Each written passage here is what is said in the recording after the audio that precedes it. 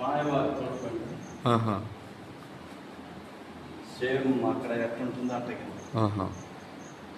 దశావతారాల్లో 5వ అవతారం వామన అవతారం. ఆ వామన అవతారంలో బలిచక్రవర్తిని 3 అడుగులు అడిగిన తర్వాత విశ్వరూపం చూపిస్తాడు. పూర్వం బలిచక్రవర్తి పాతాళ లోకాన్ని పరిపాలిస్తున్నప్పుడు బ్రహ్మను గురించి తపస్సు చేస్తాడు. ఆ తపస్సు చేసినప్పుడు అనేక వరాలు పొంది ముల్లోకాలను జయిస్తాడు. ఆ జయించిన తర్వాత అమరావతిని, దేవేంద్రుడిని, దేవతల్ని అందరినీ ఓడిస్తాడు. అప్పుడు వాళ్ళు అడవులప్పుడు తిరుగుతుంటే దేవేంద్రుడు తల్లి అతిథి కశ్యపుడు. అప్పుడు అతిథి అడుగుతుంది కశ్యపుడిని, అయ్యా మన పిల్లలు ఇట్లా రాజ్యం పోగొట్టుకుని అడవులప్పుడు తిరుగుతున్నారు, మరి వాళ్ళ రాజ్యం ఎట్లా వస్తుందంటే, నువ్వు శ్రీ మహావిష్ణువుని గురించి తపస్సు చేయి, ఆ తపస్సు చేసిన తర్వాత ఆయన ప్రత్యక్షం అవుతాడు, అప్పుడు చెప్తాడు నీకు అని చెప్తాడు. అప్పుడు అతిథి శ్రీ మహావిష్ణువుని గురించి తపస్సు చేస్తే ఆయన ప్రత్యక్షమై, అమ్మ నీ గర్భాన జన్మిస్తాను, జన్మించిన తర్వాత ఆయన మదమణుస్తాను, అప్పుడు దాకా ఆయన మనం ఏం చేయలేం అని చెప్పి అంతర్ధానం అవుతాడు.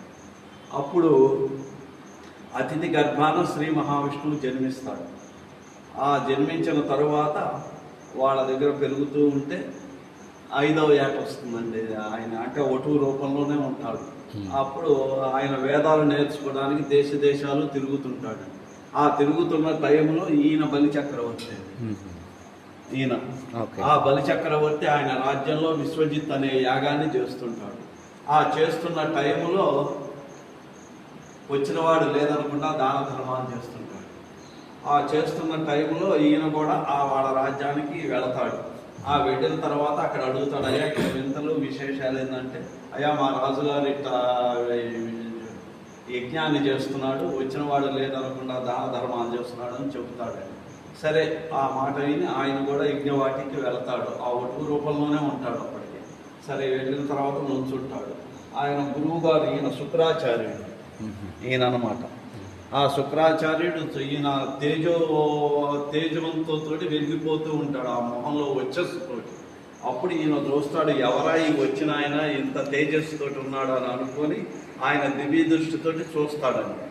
ఆ చూసిన తర్వాత శ్రీ మహావిష్ణువుని గ్రహించి వాళ్ళ శిష్యుడికి చెప్తాడు, అయ్యా వచ్చిన వాడు సామాన్యుడు కాదు, శ్రీ మహావిష్ణువు, ఆయన ఏ వరం అడిగినా ఇయ్యబాక అని చెప్తాడు.